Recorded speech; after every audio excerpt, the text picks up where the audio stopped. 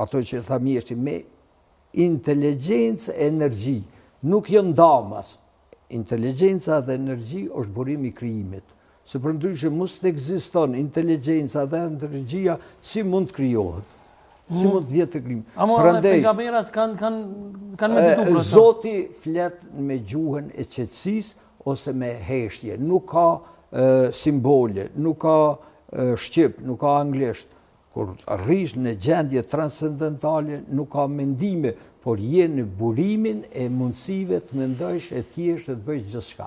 E kjo është aftësia e Zotit. Do me thënë, unë për mu arrinti me meditim, a me anë të namazit, ose me anë të mantrave, që i ka dhonë, çdo fe i ka mantrat e veta, dhe i ka vendet ku shkojnë njerëz meditojnë ose falen, edhe këto janë efektet e maharishit ku një më nuk bëjnë dy, bëjnë miliona, edhe në xhami, edhe në teqe, edhe në kish.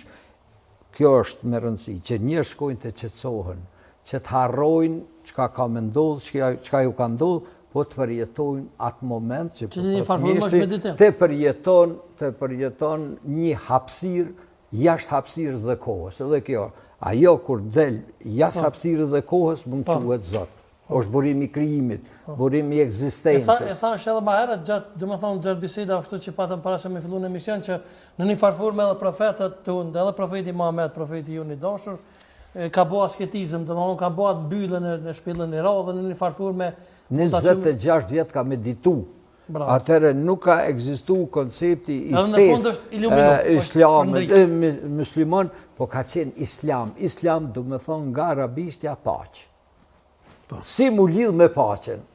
Sot paradoksio që atu ku ka paqë, po dominon feja, ashtu quajtur, e keq përdur, është burimi i luftra, burimi i bombave, burimi i raketave. Do me thonë këta njerëz që tash në këtë rast Irani, mustom edhe Amerika, e kanë hup kontaktin me burimin, me paqen, dhe kanë prodhu raketa. Do me thonë, ajo fej që thot fej, sa ma shumë që të themi jam religios, aq ma pak je lidh me Zotin. Kjo është paradoksi. Sa ma shumë të thot, unë jam islam në konceptin që e ka hu paqen, e jam religios, nuk ka kur far lidhje me Zotin.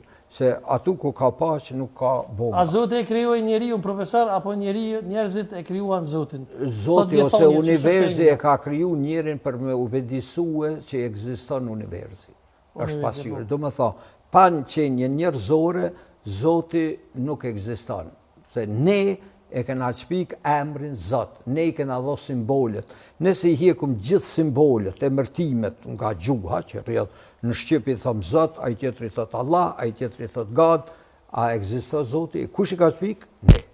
Do me thonë, Zoti me skrijimit të njerit është vedisu pse a i vetë ekziston.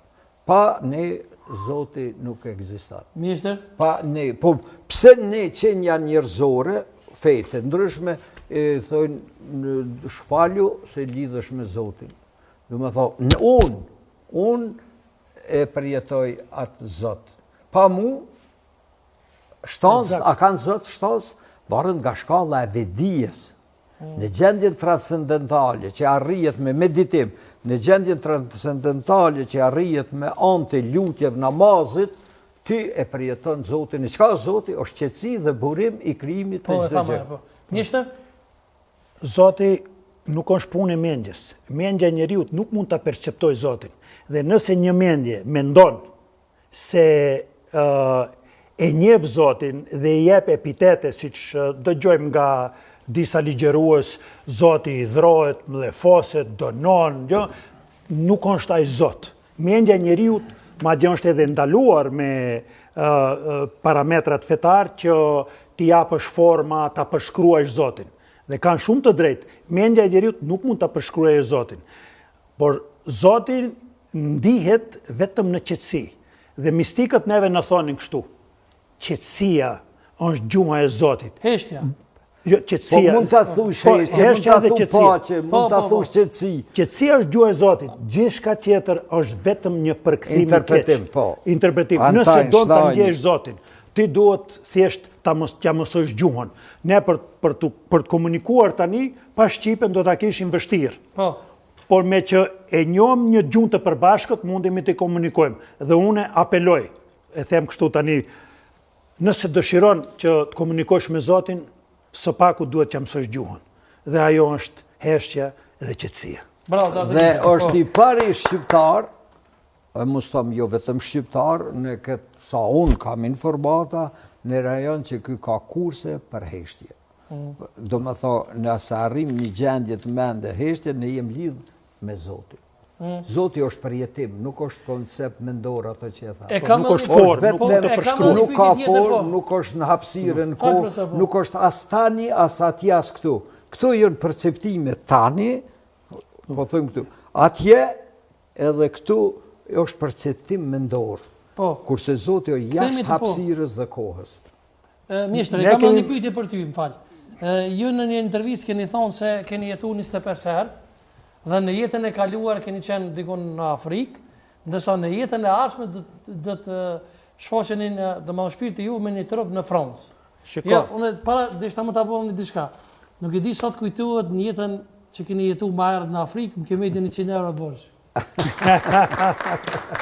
Sa të kujtohet ajo? Po më kujtohet, do t'i kthej, po pa kamat, nuk i dua kamatat. Shiko, kjo që kam thonë unë në intervist, dhe që unë e di, unë nuk besoj se është ashtu, unë e kom djejnë në gjendje transcendentale, profesori e tha shumë bukur, janë përjetime, ato janë përjetime, dhe përjetimet nuk mund të përshkruan me fjalë, sepse fjalët nuk e kanë atë potencial. Si dashurin me përshkru me fjalë. E kur s'ke qeni dashuruar? Qetësia nuk përshkruat me fjalë, ti nuk mund të definosh qetësia, nuk mund të definosh pafundësin, çfarë është pafundësia. Dhe njerëzit që kanë dëgjuar këtë, të cileve ju mungon kjo eksperiencë, unë tani parafërsisht kam bërë në jetën time 12.000 orë meditim. Është ekspedit, 12.000 orë meditim. Edhe tani ato sa veti bjen kjo? Nëse 24 pjesë të. Edhe tani, profesor, nëse do më perceptosh dhe do më analizosh nga niveli mendor, kjo do duket absurde. Edhe më kanë thonë, ja ka fut kot, ma çfarë flet ki? Dhe unë nuk merrem fare, nuk më prek ajo, sepse nuk mund të unë përjetimin tim dhe 12.000 orë meditim dhe të gjitha ato eksperienca mistike që kanë rezultuar nga ajo eksperiencë, ti vendosi në pikpjetje, sepse dikush nuk mund ta pranojë. Kjo që pëthu, falë mjeshtër, se dishta më të kjo që pëthu të me thonë që ndrën se unë e kom lezuar një libër tjetër Michael Lewton, Udhëtimi i shpirtrave, dhe ai i fut ata, dhe me thonë një bluz ata far klientat e vet, dhe ata kallëzojnë për shembull që njëtën e para kësaj jete kanë qenë avokat, kanë qenë. Po ekzistojnë plot institute në Evropë, në Amerikë, ku ti mund bësh reinkarnacion.